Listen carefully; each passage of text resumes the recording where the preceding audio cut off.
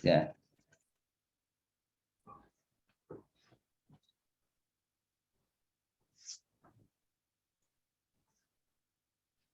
Silakan dinyalakan mikrofonnya. Oke. Bismillahirrahmanirrahim. Assalamualaikum warahmatullahi wabarakatuh. Waalaikumsalam warahmatullahi wabarakatuh. Waalaikumsalam warahmatullahi wabarakatuh. Al-Mukarram Al-Ustadz Al-Haj Nasiruddin Khalid, wal Mukarramah Al-Ustadzah Sofi Nurul Arifah, wal Mukarram Bapak dan Ibu sekalian yang tidak dapat saya sebutkan namanya satu persatu. Yang pertama, marilah kita panjatkan puja serta puji syukur kita kepada kehadirat Ilahi Robbi yang mana telah memberikan kita nikmat iman, Islam, dan ihsan, serta beribu-ribu nikmat lainnya sehingga kita dapat menghadiri acara ini, yakni acara Yashfa mengaji dan mengkaji. Yang kedua, salawat serta salam tak lupa kita hanturkan kepada junjungan kita Nabi Muhammad SAW. Allahumma sholli wa sallim wa barik alaihi, yang mana telah membawa kita dari zaman kegelapan hingga zaman yang terang benderang seperti sekarang ini. Baiklah, Bapak dan Ibu sekalian, perkenankanlah saya selaku pembawa acara akan membacakan susunan acara. Acara yang pertama, marilah kita buka acara pada pagi hari ini dengan bersama-sama membaca Ummul Quran Suratul Fatihah. Ala hadiniya wa fi kulli niyatin sholihah Al-Fatihah. Bismillahirrahmanirrahim. Alhamdulillah. Bismillahirrahmanirrahim. Iyyaka na'budu wa iyyaka nasta'in ihdinas siratal mustaqim. Shiratal ladzina an'amta Amin. alaihim. Baiklah, untuk acara selanjutnya pembacaan ayat suci Al-Quran, Quran Surah Al-Maidah, ayat 104 sampai 113, yang akan dibacakan oleh Al-Ustadzah Sofi Nurul Arifah. Kepada Al-Ustadzah, dengan segala hormat kami persilakan. Baik, terima kasih. Assalamualaikum warahmatullahi wabarakatuh. Waalaikumsalam warahmatullahi wabarakatuh. Selamat pagi Bapak Ibu semua. Alhamdulillahirabbil alamin. Pada pagi hari ini kita akan meneruskan bacaan kita kemarin, yakni dari surat Al-Maidah ayat 109 sampai 113. Silahkan dipersiapkan terlebih dahulu Bapak Ibu mushafnya. Baik, kita mulai. A'udzu billahi minasy syaithanir rajim. Bismillahirrahmanirrahim. Yajma'ullahu rusula fayaqulu madza ujibtum. Qalu la ilma lana innaka anta 'allamul ghuyub. إذ قال الله يا عيسى ابن مريم اذكر نعمتي عليك وعلى والدتك إذ أيدتك بروح القدس تكلم الناس في المهد وكهلا وإذ علمتك الكتاب والحكمة والتوراة والإنجيل وإذ تخلق من الطين كهيئة الطير بإذني فتنفخ فيها فتكون طيرا بإذني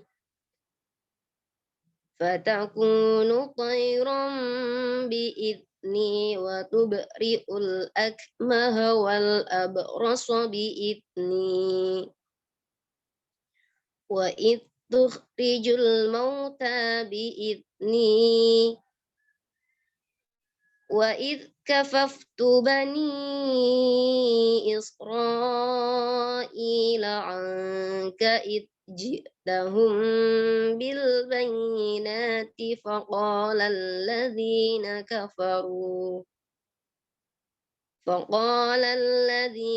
كفروا منهم إن هذا إلا سحر مبين وإذ أوحيت إلى الحواريين أن آمنوا بي وبرسولي قالوا آمنا واشهد بأننا مسلمون إذ قال الحواريون يا عيسى ابن مريم هل يستطيع ربك أن ينزل علينا مائدة من السماء قال اتقوا الله إن كنتم مؤمنين قالوا نريد أن نأكل منها وتطمئن قلوبنا ونعلم أن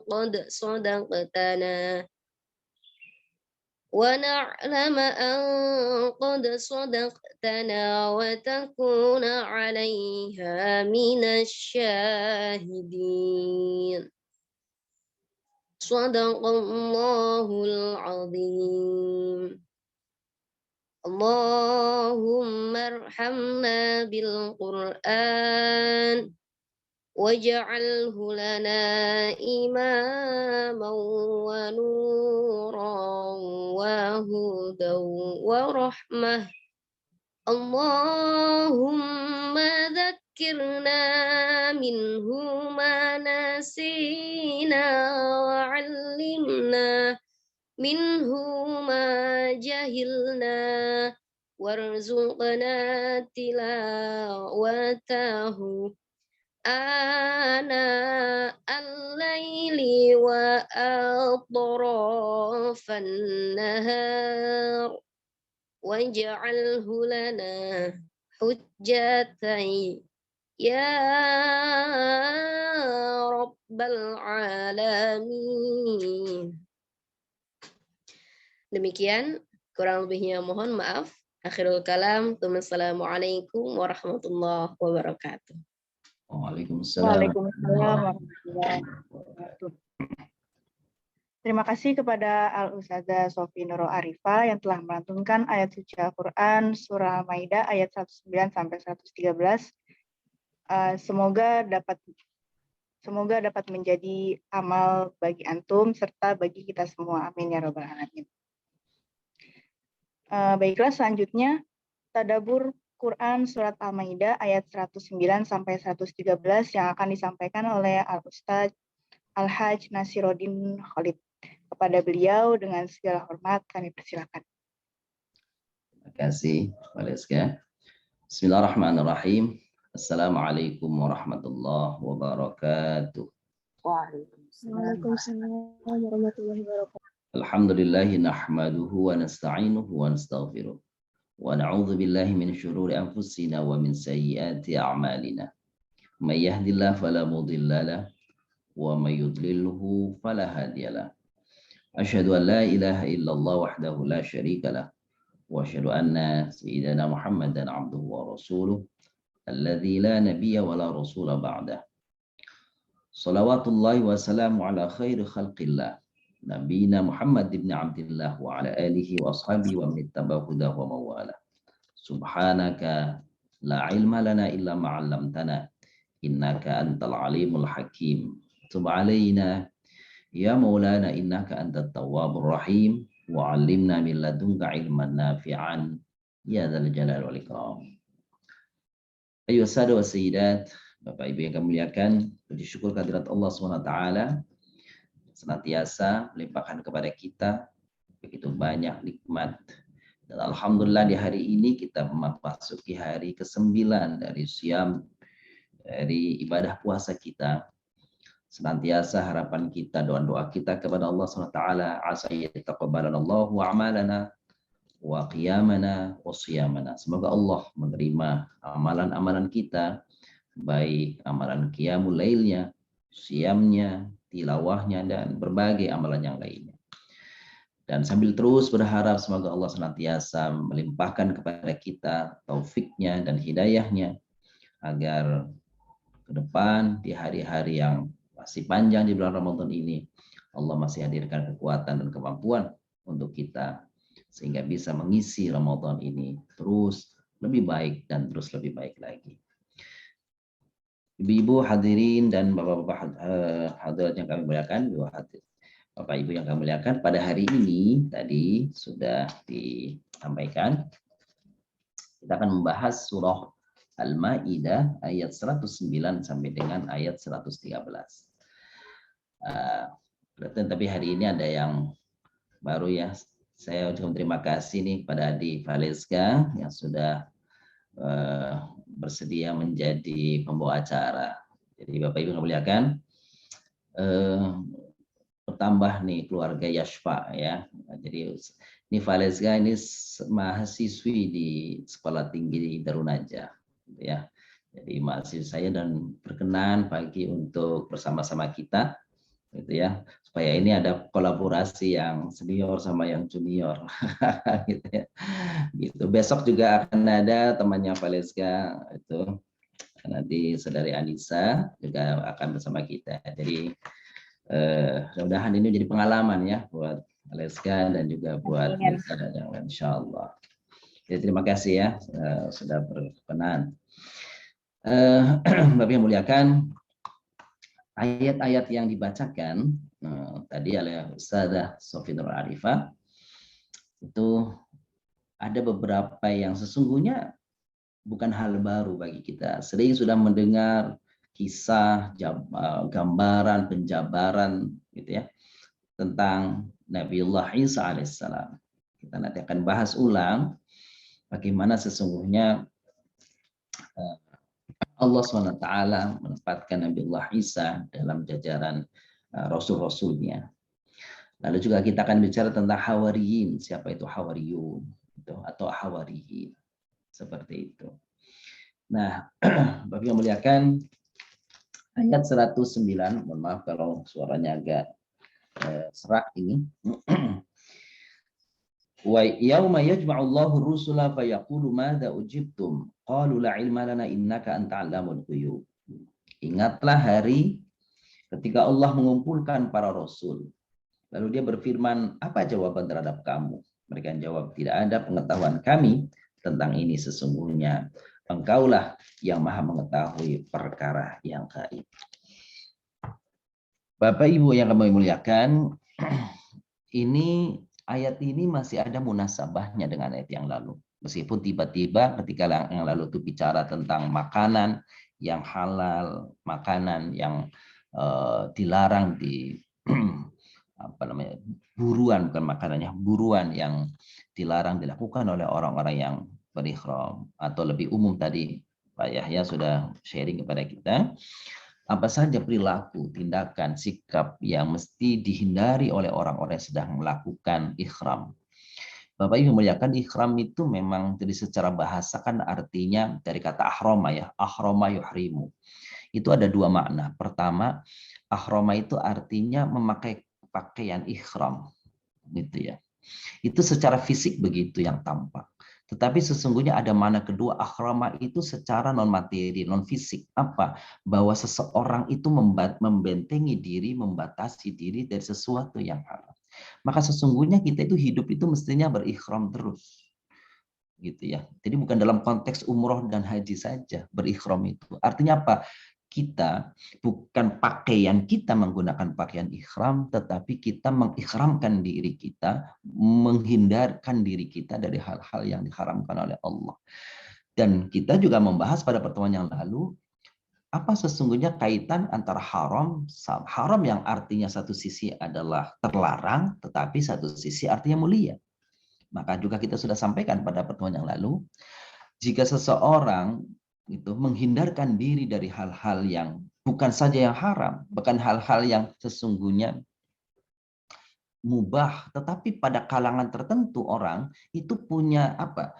Punya ekspektasi tersendiri, punya nilai tersendiri. Mohon maaf ya Bapak Ibu yang memuliakan. Misalnya begini, rasanya kalau orang tertentu makan di satu tempat gitu, di tempat tertentu gitu, mungkin orang mengatakan kok dia makan di situ, padahal biasa-biasa saja makan itu. Padahal mungkin makan itu halal, tapi mungkin karena tempatnya yang orang anggap mungkin kurang apa namanya ya kurang prestise kah misalnya, kurang layak kah misalkan, oh dia kok makannya di tempat seperti itu ya, kan gitu ya. Nah maka menjauhkan diri dari hal-hal yang sebenarnya bagi kalangan umum mungkin boleh, tapi pada kalangan tertentu dia punya apa, punya nilai-nilai tertentu, punya aturan-aturan tertentu. Bukankah kalau kalangan bangsawan itu kan ada tempat-tempat yang ini nggak layak dikunjungi, tidak layak untuk dilakukan gitu. Orang-orang lain melakukan gitu ya. Contoh saja yang lain misalkan ada kiai gitu ya. Ada kiai mungkin keluar dari rumah kemudian pakai pakaian yang ini kok nggak layak sekali kan.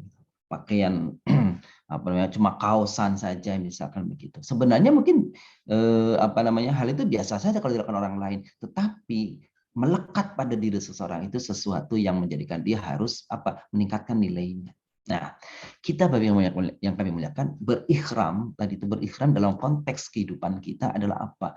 Kita menempatkan diri kita pada sesuatu yang tarafnya bukan saja menghindarkan yang haram, kalau bisa begitu ya. Ini saya menasihati diri saya juga sendiri. Apa? Menghindarkan dari hal-hal yang sifatnya adalah makruh. Bahkan hal yang mubah ketika itu berlebihan. Nah, itu tuh. Maka itulah yang disebut di dalam bahasa orang-orang sufi namanya wara'. Wara itu apa? Levelnya naik. Bukan menghindarkan dari hal-hal yang haram, bukan saja menghindarkan dari yang makruh, bahkan yang halal sekalipun dia berhati-hati. Apa? Jangan sampai berlebihan yang mendatangkan sifat yang tidak terpuji. Itu wara. Ya. Nah, bagaimana? Jadi, tadi Yauma yajma'ullah ar-rusul, hari di mana Allah mengumpulkan para utusannya di akhirat kelak nanti. Fayaqulu madza ujibtum. Maka para rasul itu ditanya oleh Allah, sekarang apa jawaban kalian? Gitu kan? Atas apa? Atas ya, kesaksian gitu, kepada kaum kalian yang dulu waktu di dunia melakukan pelanggaran-pelanggaran. Nah, gitu. Nah, para rasul menjawab pertanyaan Allah tadi dengan mengatakan la ilma lana innaka anta alamul ghuyub. Ya Allah, kalau kira-kira para rasul itu mengatakan kami hanya tahu yang zohir-zohirnya saja. Tetapi sesungguhnya perkara-perkara batin yang ada pada umatku itu adalah Engkau yang maha tahu semuanya itu. Kami tidak diberikan pengetahuan untuk itu. Pada pertemuan yang lalu kita bicara tentang persaksian. Ada persaksian sepalsu, ada orang kemudian berbuat curang dengan kesaksian. Nah, kecurangan atau niat-niatan buruk ya dalam hati seseorang itu yang tahu hanya Allah. Maka para rasul ketika ditanya apa jawaban kalian, ada persaksian kalian atas perbuatan umatmu itu dulu di dunia, maka para rasul mengatakan la ilma lana, kami tidak mengetahui yang detail ya Allah, Engkau yang tahu yang detail urusan hati gitu. Bahkan untuk urusan yang zohir saja kami banyak yang kami tidak tahu apa yang dilakukan oleh umat kami. Nah, kira-kira itulah dialog antara Allah dan para rasul. Lalu ayat 110 dikaitkan dengan konteks kisah Nabi Isa alaihissalam. Para rasul dikumpulkan dimintai pertanggungjawaban. Lalu digandeng dengannya ayatnya dengan kisah Nabi Isa alaihissalam. Karena apa? Karena di antara nabi-nabi dan umatnya, saya kira yang besar gitu, yang besar pembangkangannya itu adalah umatnya Nabi Isa alaihissalam. Apa? Tidak tanggung-tanggung gitu. Mereka itu apa? Mereka itu mempertuhankan orang yang harusnya memberi petunjuk kepada mereka. Nah, itulah maka Nabi Isa alaihissalam di sini dilanjutkan konteksnya dengan ayat sebelumnya ketika Allah mengumpulkan para rasul, kok berubah kepada Nabi Isa? Karena kira-kira Allah ingin menunjukkan betapa ya kesesatan yang dilakukan oleh umatnya Nabi Isa alaihissalam telah mempertuhankannya. Nabi Isa alaihissalam telah dimuliakan oleh Allah, sebagaimana juga nabi-nabi yang lain memiliki kekhasan-kekhasan. Bapak-bapak Ibu yang muliakan, kita sikap kita ya orang Islam ini itu tidak boleh berpikir negatif kepada nabi siapapun di antara 25 nabi itu. Kita sudah sepakat, kita sudah diajar oleh Allah di dalam surat Al-Baqarah, apa itu? Amanar rasulu bima unzila ilaihi min rabbihi wal mu'minuna kullun amana billahi wa malaikatihi wa kutubihi wa rusulih. Lalu apa sikapnya? La nufarriq baina ahadin min rusulih. Kami tidak membeda-bedakan bahwa semuanya nabi Allah, semuanya Rasulullah. Itu begitu sikapnya kan dari awal tuh. Amanar rasul bima unzila ilaihi min rabbihi wal mu'min. Kullun amana billah. Rasul dan orang-orang mukmin beriman kepada apa yang diturunkan oleh Allah kepada para rasul itu, yaitu kita. Gitu ya. La nufarriq, kami umatnya, kami umat Islam ini, la nufarriq, tidak membeda-bedakan.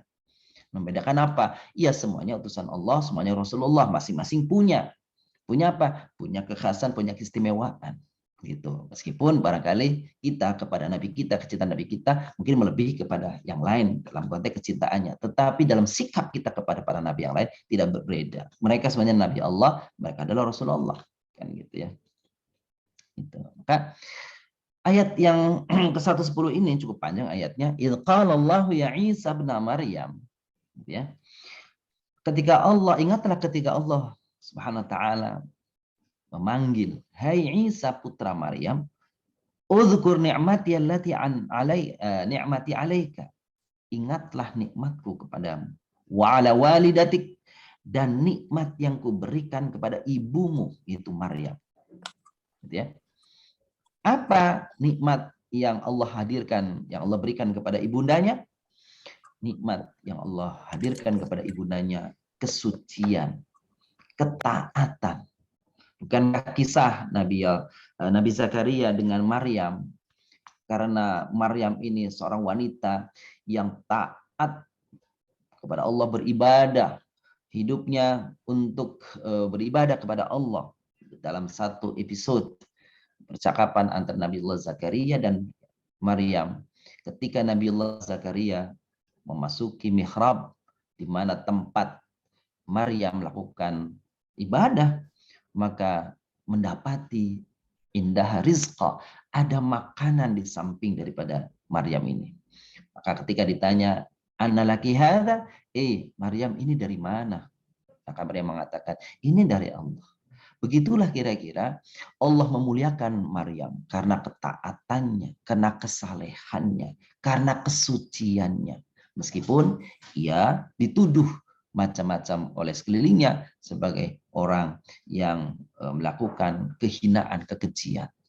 Dalam keyakinan orang-orang Nasrani, sebagian orang Nasrani, ada yang mengatakan bahwa Maryam itu sesungguhnya melahirkan Isa punya punya suami. Namanya siapa? Namanya Imran. Imran kan gitu ya. Namanya Imran. Itu sebagian mengatakan seperti itu. Sebagian lain mengatakan tidak ada karena memang ruh. Ditiupkan ruhnya. Ini di sini kalimatnya, id ayyatuka biruhil kudus, ketika kami ya mengukuhkanmu dengan Ruhul Kudus. Nah, Ruhul Kudus di sini dalam keyakinan, ternyata keyakinan orang Islam itu sedikit berbeda dengan keyakinan orang-orang Nasrani tentang konsep Ruhul Kudus. Kalau dalam pandangan Islam, Ruhul Kudus itu ya Jibril. Ruhul Kudus itu ya Jibril. Tapi dalam pandangan orang-orang Nasrani, Ruhul Kudus itu adalah apa itu?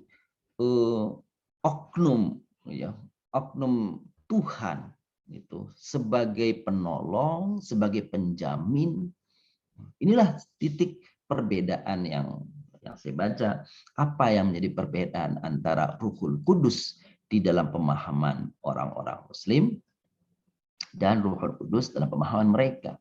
Jadi oknum Tuhan juga gitu. Kalau menurut keyakinan orang-orang Nasrani. Itulah titik perbedaannya. Nah, Nabi Shallallahu Alaihi Wasallam saja itu pernah menyebut di dalam konteks Islamannya bahwa roh suci itu juga dipahami, roh kudus itu dipahami juga sebagai ilham. Ya, Allah ilhamkan kepada orang-orang tertentu yang dikehendakinya. Nah, itu bentuk pemahaman lain dari Rohul Kudus adalah ilham. Sebagaimana sabda Nabi Shallallahu Alaihi Wasallam dalam sebuah hadisnya, Anna Hasan bin Thabit al-Ansari yastashhid Abu Hurairah. Ansyadakallah. Hal sami'na Nabi Sallallahu Alaihi Wasallam yaqul. Ini kata Hasan bin Thabit ya. Suatu ketika Hasan bin Thabit itu meminta kesaksian supaya Abu Hurairah itu menjadi saksi baginya. Apa ketika Rasul mengatakan, ya Hasan, ajib an Rasulillah Sallallahu Alaihi Wasallam, Allahumma ayyidhu biruhil kudus. Itu doanya Nabi kepada Hasan bin Thabit. Apa nih? Bahwa suatu saat Hasan bin Thabit meminta kesaksian kepada Abu Hurairah, persaksian supaya Abu Hurairah mempersaksikan apa yang didoakan Nabi kepadanya. Gitu ya. Apa kata Hasan? Tidakkah engkau mendengar doa Nabi untukku? Hai Hasan, penuhilah Rasulullah. Artinya ikutilah, taatilah Rasulullah. Ya, dan ya Allah, kuatkanlah dia, itu Hasan bin Thabit ini, dengan Ruhul Kudus. Nah, Ruhul Kudus di sini maksudnya dalam konteks ini Islam ini adalah apa? Adalah ilham. Sebagaimana doa Nabi kepada Ibnu Abbas juga, Allahumma faqihhu fid din wa 'allimhu ta'wil. Seperti itu. Jadi, itulah titik perbedaan gitu ya antara Ruh Kudus orang-orang dalam pandangan Islam dan Ruh Kudus dalam pandangan orang-orang non-Muslim. Ya. Lalu kemudian apalagi bentuk daripada nikmat yang Allah hadirkan kepada Nabi Isa alaihissalam? Yang kedua adalah tukallimun nasa fil mahdi wa kahla. Ini yang keistimewaan yang dimiliki oleh Nabi Isa alaihissalam, bahwa dia itu masih kecil dalam buayan, sudah bisa berbicara, sudah bisa memberitahu kepada orang-orang yang meragukannya, padahal dia masih dalam buayan, masih bayi, masih merah. Ini Abdullah atani Alkitab, itu ucapannya, aku adalah hamba Allah dan aku diberikan Alkitab. Jadi ketika orang tuduhan itu luar biasa kepada Maryam, menuntut ya agar Maryam itu mengaku bahwa itu adalah hasil daripada tindakan kotornya itu, lalu Maryam hanya menunjuk kepada bayinya yang masih merah itu, dan tiba-tiba kata mereka, bagaimana orang-orang Yahudi itu mengatakan, bagaimana kami berbicara dengan bayi? Nah, lalu Allah SWT menghadirkan kemampuan kepada Nabi Isa pada saat bayi, apa dia mengatakan, ana Abdullah, ini Abdullah, aku adalah hamba Allah. Atani Alkitab, dan aku diberikan Alkitab. Jadi itu kemampuan yang Allah berikan kepada Isa, nikmat yang Allah berikan kepada Isa. Wa idh 'allamtukal kitaba wal hikmah, dan ketika aku ajarkan kepada engkau Alkitab dan Al-Hikmah. Orang kata Alkitab itu kepada Nabi kepada Nabi Isa, Allah mampukan dia bisa membaca dan menulis.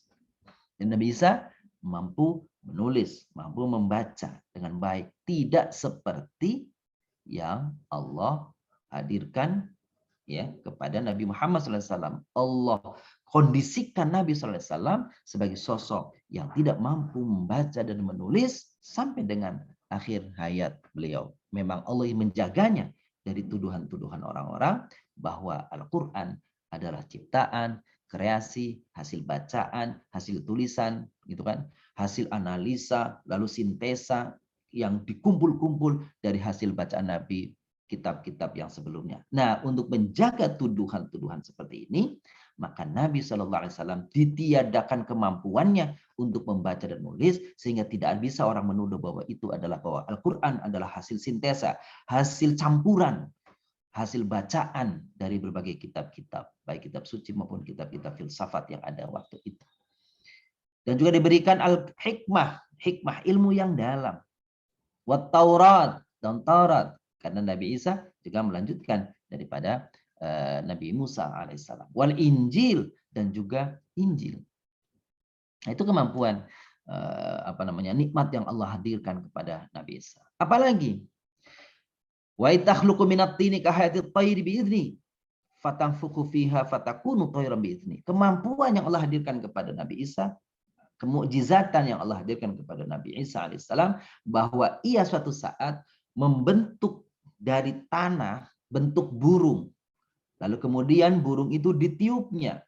Burung itu, maka burung yang ditiup itu tiba-tiba menjadi burung yang hidup dan terbang. Tetapi semuanya itu, apa kata Allah? Biizni, karena izinku. Kamu bisa melakukan itu, tidak lain karena izinku. Jadi selalu nih disebutin kata-kata biizni, biizni. Isa, kamu bisa melakukan keajaiban ini, tapi kan itu atas izinku. Kamu bisa melakukan keajaiban ini karena itu adalah atas izinku.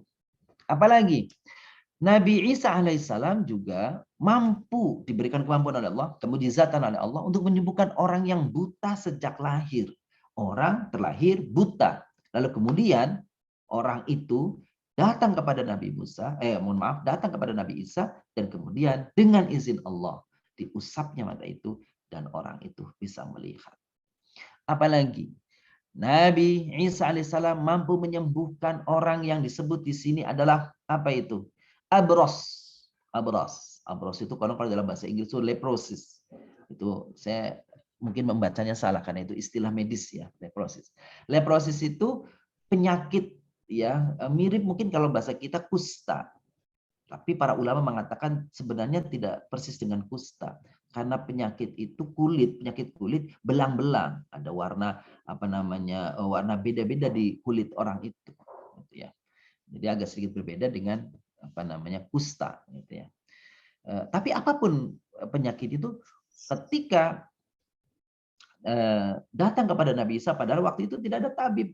Di masa itu tidak ada tabib yang mampu menyembuhkan penyakit seperti ini. Tapi kemudian diusapnya orang itu, dan tadi penyakit yang ada pada orang tadi dengan izin Allah sembuh. Wa tukhrijul mauta biizni, dan ketika engkau membangkitkan ya orang dari dalam kubur lalu hidup. Ada perbedaan ayat ini dengan surah Ali Imran ayat 49. Kalau 49 konteksnya adalah Nabi Isa ada orangnya, lalu orangnya sudah di luar mati gitu, kemudian hidup dihidupkan oleh Nabi Isa. Tetapi kalau konteks ayat ini adalah orang yang sudah ada dalam kubur, sudah tertanam di alam kubur, lalu kemudian orang itu dibangkitkan oleh Nabi Isa dan hidup. Nah, itu bedanya ya pada konteks ayat ini. Wa idz kafaftu bani Israila anka, dan ingatlah juga ketika Allah, kata Allah nih, menjaga dari kejahatan orang Yahudi yang hendak membunuh dan menyalibnya. Ini Bapak Ibu memuliakan, saya mendapatkan informasi ketika saya baca tafsir. Ternyata kenapa sih orang Yahudi itu gitu ya? Orang Yahudi itu ingin membunuh Nabi Isa alaihissalam. Ternyata Bapak yang muliakan, itu ada ajaran yang dipegangi oleh orang Yahudi bahwa orang-orang pelaku sihir itu adalah orang-orang yang wajib dihukum dibunuh. Nah, orang-orang Yahudi menganggap Nabi Isa dengan kemampuan-kemampuan tadi itu, menghidupkan orang sudah mati, menyembuhkan orang yang buta, menyembuhkan orang yang punya sakit lepra dan sebagainya. Ini dalam anggapan mereka ini sihir. Nabi Isa melakukan tindakan sihir. Karena melakukan tindakan sihir, maka apa? Dihukum, kata mereka, mesti dihukum mati. Nah, itulah kenapa orang-orang Yahudi sangat antusias sekali untuk membunuh. Nah, itu dijaga oleh Allah. Meskipun sebagian umatnya itu meyakini betul bahwa Nabi Isa itu demi mereka lalu menyerahkan dirinya disalib.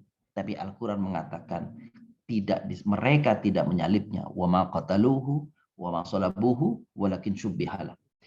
Tidaklah mereka membunuhnya Isa, tidak pula menyalibnya, tetapi orang yang disalib itu adalah orang syubbiha lahum, adalah orang yang wajahnya diserupakan dengan wajah Nabi Isa. Yang konon katanya adalah Yudas Al-Kariot, ya, namanya seperti itu. Wallahu a'lam. Lalu kemudian ijtahum bil bayyinati faqala alladziina kafaru minhum in hadza illa sihrun mubin. Nah, itulah dasar mengapa orang-orang Yahudi itu ingin membunuh daripada Nabi Isa, karena mereka mengatakan tidak lain yang dilakukan oleh Nabi Isa itu adalah sihrun mubin, adalah perbuatan sihir yang nyata.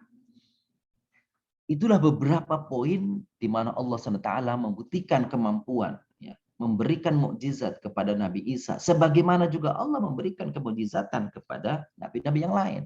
Bapak Ibu yang muliakan, perlu kita garis bawahi, mukjizat itu hanya ada kepada Nabi dan Rasul saja. Kalau orang sekarang bisa melakukan sesuatu, gitu ya, maka kalau sumbernya bukan dari Allah, maka itu boleh jadi sumbernya adalah dari setan. Sumbernya dari setan. Apa cirinya, Bapak Ibu muliakan? Sesuatu itu mukjizat dari Allah kepada Nabi, dan satu sisi adalah sihir. Yang saya pernah baca, Bapak Ibu muliakan, jika kemampuan itu dilakukan orang yang tidak masuk akal tadi, terjadinya terus-menerus terjadinya, maka itu boleh jadi wujudnya adalah sihir dan sumbernya adalah dari setan. Bapak Ibu coba perhatikan mukjizat-mukjizat para nabi, tidak ada mukjizatnya itu yang berulang-ulang. Contoh mukjizatnya Nabi Musa alaihissalam dalam konteks tongkat, ya, tongkat. Ya, tongkatnya ketika dia dikejar oleh Fir'aun dan bala tentaranya, ketika ketemu laut, ketika disuruh dipukul, maka yang terjadi lautnya membelah. Lalu ketika berada di satu daerah daratan yang luas, umatnya meminta air, maka disuruh Allah lagi kemudian memukulkan tongkatnya, maka tongkatnya kemudian ketika dipukulkan ke batu, batunya mengeluarkan air.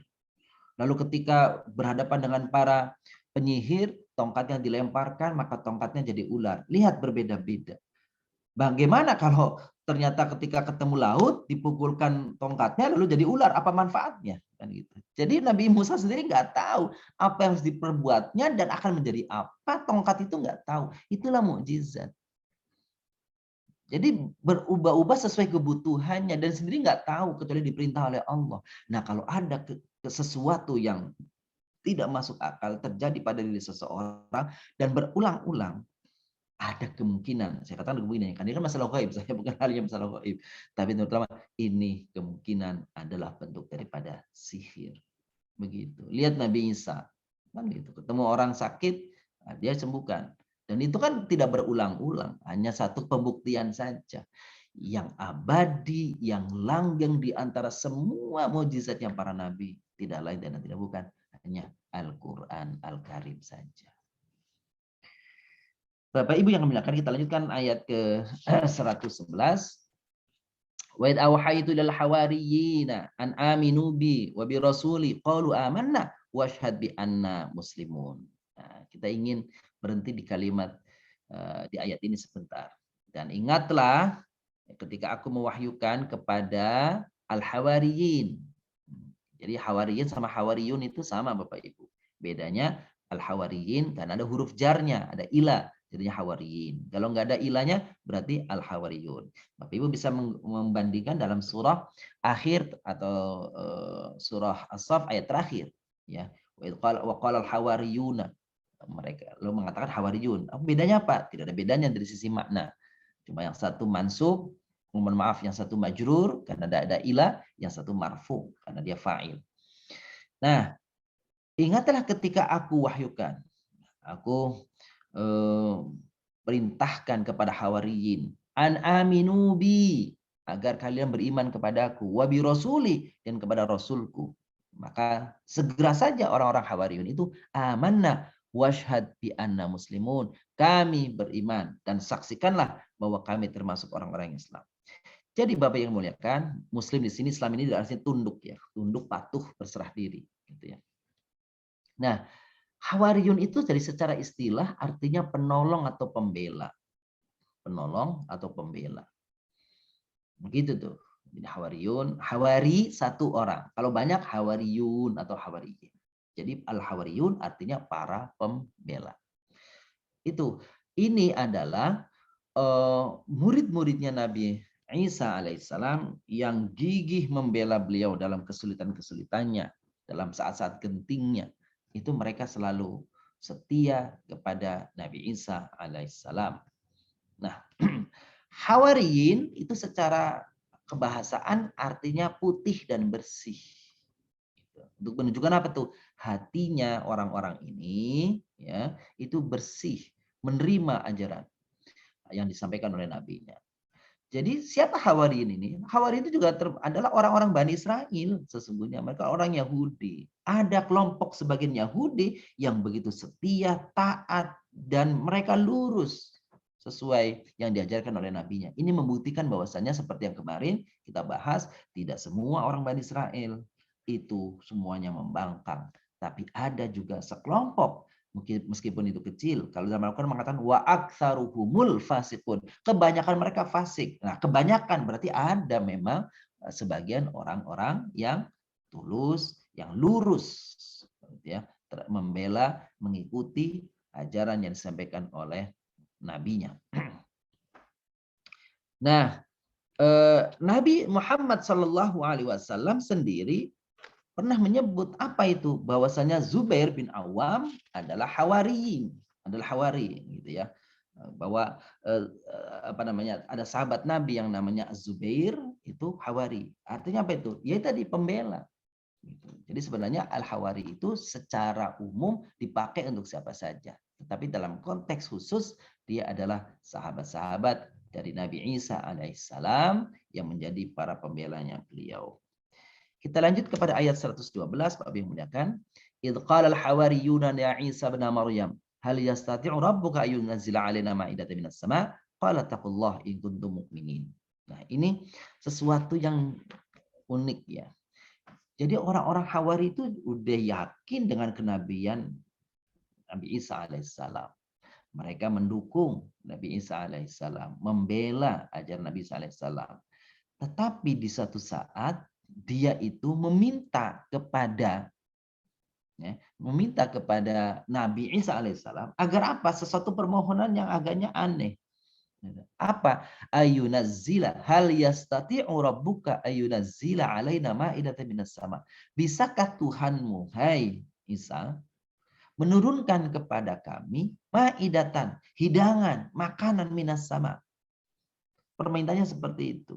Maka Nabi Isa mengatakan, qala taqullah in kuntum mu'minin. Bertakwalah kalian kepada Allah jika kalian orang mukmin. Jadi sebenarnya ini juga para ahli tafsir mengatakan ada kesamaannya dengan apa yang dilakukan oleh Nabiullah Ibrahim alaihissalam. Ketika Nabi Ibrahim meminta meminta kepada Allah agar Allah membuktikan kepada dirinya tentang sesuatu yang menjadikan Nabi Ibrahim itu mantap hatinya itu, ya. Maka kemudian khudh arba'atan, ya, khudh minat thair arba'atan minat thair. Coba ambil burung lalu letakkan di ujung-ujung bukit. Ini kata Allah perintah kepada Nabi Ibrahim. Dicincangnya burung itu. Sumad'uhunna summa ya'tinaka sa'ra. Jadi burung-burung yang sudah diletakkan di bukit-bukit tadi itu sama Nabi Ibrahim dipanggil.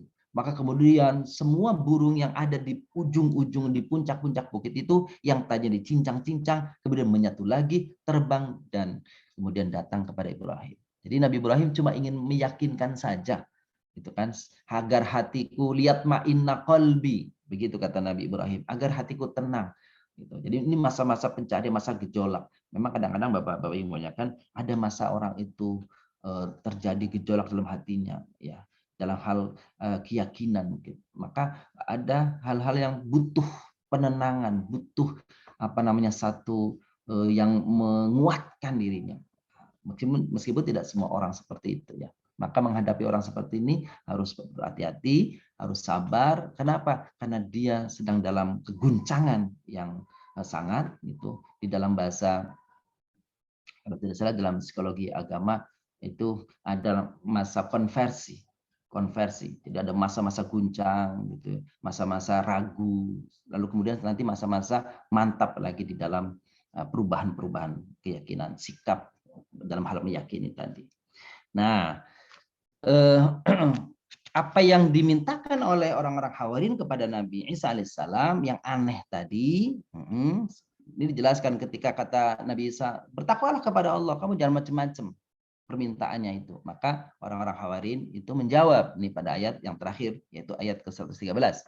Qalu nuridu an na'kula minha wa tatma'inna qulubuna wa na'lama an qad sadaqtana wa nakuna 'alaiha minasyahidin.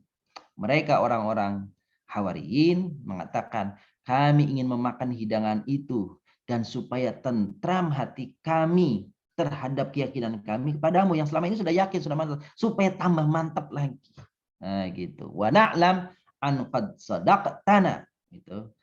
Dan kami yakin bahwa engkau telah berkata benar kepada kami. Selama ini yang kau katakan kepada kami mantap, tapi supaya kami lebih meyakinkan, memantapkan. Wa nakuna 'alaiha minasyahidin, dan kami menjadi orang-orang menyaksikan atas kemantapan hati kami terhadap kerasulanmu. Nah, itulah Bapak Ibu muliakan urutan ayat-ayat yang kita bicarakan tadi dari ayat 109 sampai dengan ayat 113, yang intinya adalah Allah membuktikan kepada Nabi Isa alaihissalam tentang berbagai kemampuan-kemampuannya, kemujizatan-kemujizatannya, itu agar apa? Agar Allah sesungguhnya bisa menundukkan hati orang-orang Yahudi, orang-orang Bani Israel yang saat itu ada bersama mereka, bersama Nabi Isa alaihissalam. Meskipun tetap saja orang-orang Yahudi itu membencinya, bahkan kemudian adalah berupaya membunuhnya dan menyalibnya. Tetapi kemudian Allah mengangkatnya. Allah mengangkatnya Nabi Isa alaihissalam sehingga mereka dikatakan dalam Al-Quran, orang-orang Yahudi itu tidak membunuhnya, tidak menyalibnya, tetapi wajah orang yang disalib itu telah diserupakan dengan wajahnya Nabi Isa alaihissalam. Demikian paparan kami tentang surah Al-Maidah dari ayat 109 sampai dengan ayat 113. Sebelum berdoa, Bapak Ibu muliakan, barangkali ada kesempatan beberapa saat, beberapa menit ke depan untuk barangkali ada yang ingin ditambahkan terhadap apa yang kami sampaikan tadi, atau apa yang ditanyakan, sepanjang kami bisa berbagi dengan Bapak Ibu semuanya tentang apa yang ditanyakan itu. Jika kami bisa menjawabnya, insya Allah akan kami sampaikan.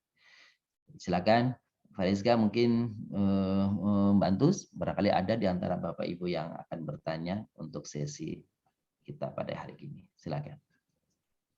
Baik, mungkin jika dari Bapak atau Ibu ada yang memiliki pertanyaan, dipersilakan untuk menyalakan mikrofonnya. Bismillah, barangkali saya mulai sedikit. Silakan.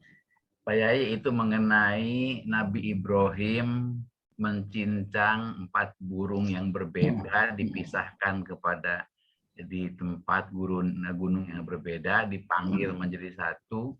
Iya. Saya pernah membaca sebetulnya itu bukan buat dirinya, bukan buat Nabi Ibrahimnya. Nabi Ibrahimnya sudah sangat yakin. Iya. Tapi itu ibroh bagi kita yang masih ragu-ragu.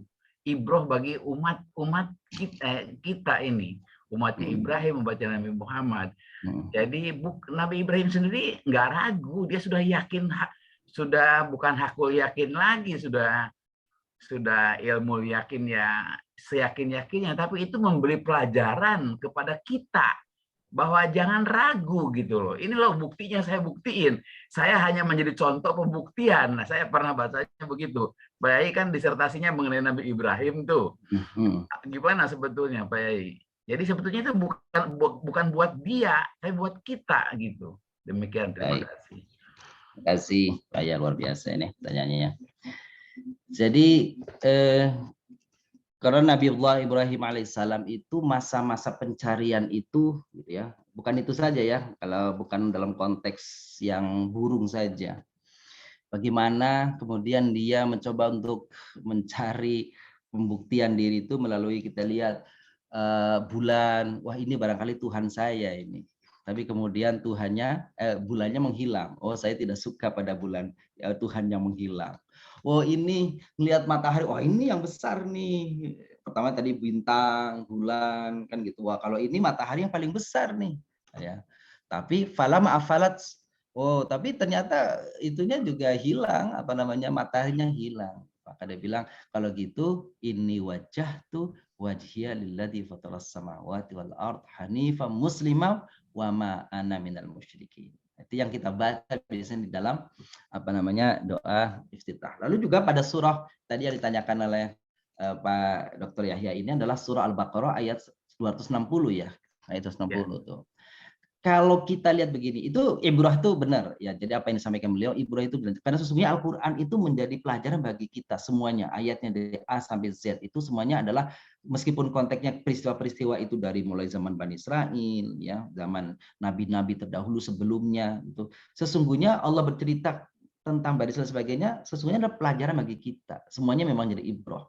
Tapi kalau melihat daripada redaksi ya, redaksi kan kalau kita bicara tafsir itu kan ada apa yang tersurat, nah gitu kan, dan apa yang tersirat, ya, gitu. Kalau tersirat takwilnya nanti bisa macam-macam, bisa lebih dalam lagi kan begitu ya. Apa kata dialognya kalau kita coba perhatikan di dalam surah Al-Baqarah ayat 260. Bapak Ibu mungkin yang pegang Quran bisa lihat ya. Wa idh qala Ibrahimu wa idh qala Ibrahimu Rabbi. Dan ingatlah ketika Ibrahim berkata, Rabbi, wahai Tuhanku, arini. Jadi kalau ya ada Bapak Ibu yang punya anak namanya Arini, nah ini dari sini kali ya. Dari sini nih. Arini, tunjukkan padaku. Kaifa tuhyil mauta, bagaimana engkau menghidupkan orang yang mati. Gitu. Jadi sebenarnya Nabi Ibrahim pengen tahu gimana sih gitu ya. Jadi Nabi Ibrahim itu banyak yang kisah-kisah menarik ya, kisah-kisah menarik itu. Sampai waktu mau meninggal saja, mau meninggal nih, dialog dulu sama malaikat pencabut nyawanya coba gitu. Itu dikisahkan itu ya. Ini Ibrahim alaihissalam itu ketika mau ketemu dengan malaikat Israel, dengan Israel itu penyebut nyawa ya, malaikat maut ya, malaikat maut itu. Lalu kata Ibrahim mengatakan, coba tunjukkan padaku. Ketika menunjukkan wujud daripada malaikat maut itu, Nabi Ibrahim pingsan. Nabi Ibrahim pingsan. Ketika dia terbangun lalu mengucapkan begini, seandainya Allah SWT tidak menghadirkan azab akhirat nih, nggak ada azab lah. Ini menghadirkan ini saja nih, malaikat maut kepada orang-orang kafir, udah cukup, ini azab yang sudah luar biasa. Baru ketemu malaikat maut yang mau mencabut aja luar biasa nih. Itu ngerinya, siksaannya, deritanya itu. Tapi kemudian Nabi Ibrahim juga meminta kepada Allah agar menghadirkan kepada malaikat rahmah, malaikat yang mencabut nyawa yang untuk orang mukmin. Lalu ketika menghadirkan wujudnya itu, lalu dia mengatakan, seandainya Allah tidak menghadirkan surga, cukup ini saja, kenikmatnya nih udah luar biasa yang didapatkan oleh seseorang. Itu Nabi Ibrahim berdialog menjelang saat-saat kematiannya itu ya. Lalu ketika mau dicabut nyawanya, loh, saya kan katanya Khalilullah, saya kan kekasih Allah, masa saya mati kan gitu. Malaikatnya naik lagi kalau ini dialog ini benar ini ceritakan ya, gitu ya. Malaikatnya naik lagi ke Allah. Ya Allah, kekasihmu Ibrahim itu menolak untuk dicabut. Katanya masa kekasih mau dimatikan gimana kan gitu. Turun lagi kata Allah, bilangin sama dia, ini dialog ini kalau ini bahasa saya, dialognya bahasa saya. Apa? Bilangin sama dia, katanya dia cinta. Kalau cinta pada seseorang mesti pengen ketemu dong sama yang dicintainya. Kan gitu. Dia kan kekasihnya, saya kan kekasih dia kekasih saya. Kalau memang betul-betul kekasih, ya pengen ketemu, masa nggak pernah ketemu selama ini? Turun lagi malaikatnya, kasih tahu begitu. Katanya kamu kekasih Allah, kamu pengen ketemu sama kekasihnya nggak? Iya pengen. Kalau gitu harus mati, kan gitu. Akhirnya Nabi Ibrahim, oh iya deh, iya. Enak banget ya Bapak Ibu ya, mau dicabut nyawanya bisa diolok dulu ya, gitu sama malaikat. Nah, saya lanjutkan pada ayat Al-Baqarah 260 tadi. Qala awalam tu'min. Allah tanya sama Ibrahim, ente nggak percaya? Gitu. Emang nggak percaya saya ini kuasa, saya ini bisa menghidupkan, bisa mematikan orang. Kan dialog Ibrahim dengan Namrud juga kan itu kan ya. Kata Namrud mengatakan, ana uhyi wa umit. Saya bisa menghidupkan, saya bisa mematikan, kata Namrud rajanya itu. Coba hadirkan 2 orang, kan gitu. Lalu yang satu dibunuh, tuh mati tuh. Yang satu enggak saya bunuh, tuh hidup katanya. Kan gitu. Nih akal-akalan. Akhirnya Nabi Ibrahim mengatakan, ya udah Allah menerbitkan matahari kan gitu dari timur, gitu kan, menenggelamkan di barat. Coba fa'ti biha minal masyriq, fa'ti biha minal maghrib. Coba datangkan dia sekarang terbitkan dia dari barat, sebaliknya. Fabuhital ladzi kafar, maka keoklah kalau bahasa kita Namrud saat itu. Karena keok udah nggak usah diperlanjutkan lagi dialognya, lempar saja dia ke api neraka, ke api unggun itu, api yang sudah disiapkan itu. Itu orang kalau lagi kalah begitu tuh. Kalau kalah dialog yang main apa? Fisik gitu ya. Jadi dia kalah dialog sampai Ibrahim, pakai akalan Ibrahim cerdas, ternyata karena kalah udah mainnya apa? Fisik, udah lempar aja dihukum aja dia gitu ya. Itu uniknya begitu tuh. Apa jawaban Ibrahim? Qala bala walakin liyatma'inna qalbi. Yakin aku ya Allah, itu betul kata Pak. Aku yakin sebenarnya sih, enggak masalah. Cuma ini supaya enggak ada tanda tanya lagi di hati, kira-kira gitu ya. Enggak ada tanya lagi. Perlu pembuktian nyata. Maka kata Allah, ya udah kalau gitu gini saja. Khudh arba'ata minat tayri fasruhunna ilaika tsumma ij'al ala kulli jabalin minhunna juz'an, dipotong-potong, dicincang-cincang. Tsumma uhunna, kemudian Ibrahim panggil tuh burung itu. Ya tinaka saya, maka mereka kemudian bersegera mendatangimu. Wa'lam anallahu azizul hakim, ketahuilah bahwasanya Allah adalah Maha Perkasa lagi Maha Bijaksana. Jadi kalau dari redaksi memang yang tekstualnya, yang tersuratnya memang begitu. Nabi Ibrahim ingin memantapkan hati bahwa kemudian ya Nabi Ibrahim tentu Bapak Ibu jauh dari kita keyakinannya ya. Jangan bandingkan dengan kita. Ibrahim alaihissalam itu luar biasa keyakinannya. Tapi bisa jadi tadi bahwasanya memang semua di dalam Al-Qur'an itu ibratan lil mukminin. Ya, ibrah, mau'izah lil mukminin, hudan, petunjuk. Ya, ibrah itu kan pelajaran artinya. Memang semua kisah-kisah baik yang bercerita tentang orang-orang soleh atau bercerita orang-orang kafir di dalam Al-Quran, hakikatnya adalah sedang memberikan petunjuk kepada kita bagaimana kita bersikap sebagai hamba Allah. Terima kasih Pak Dr. atas pertanyaannya. Baik, Leska masih ada yang lain? Mungkin yang lain, Bapak Ibu. Satu lagi kalau masih ada ya. Saya Ustaz. Oh silakan Pak Alan, Fadal, Masya Allah.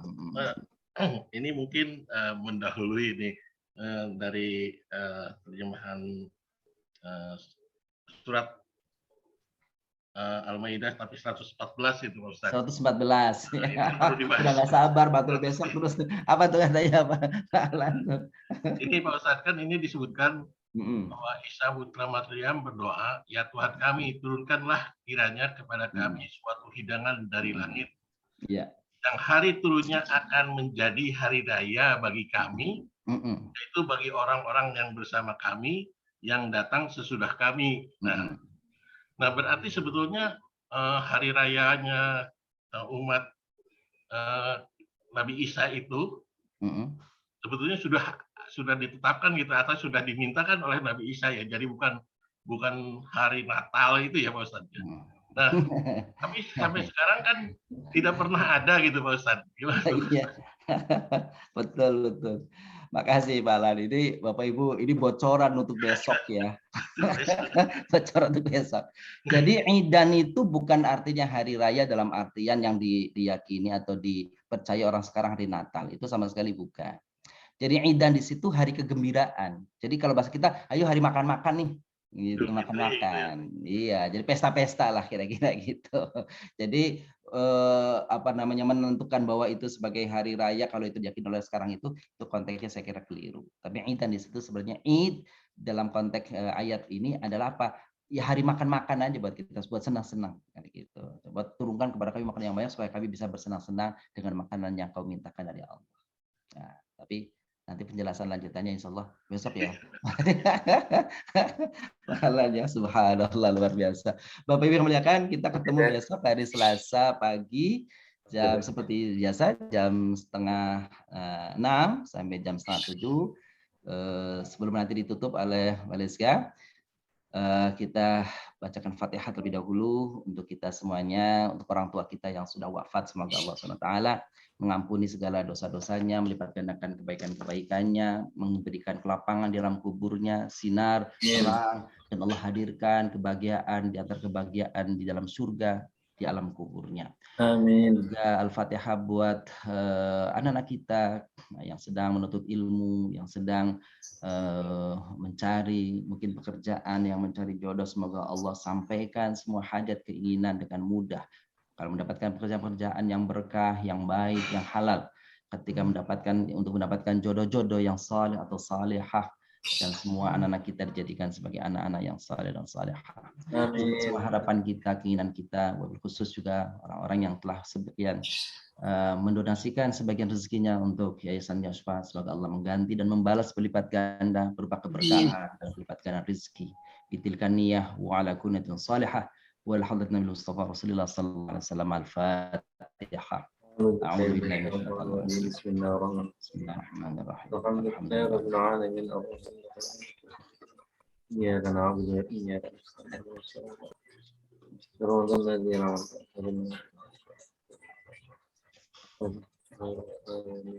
Amin.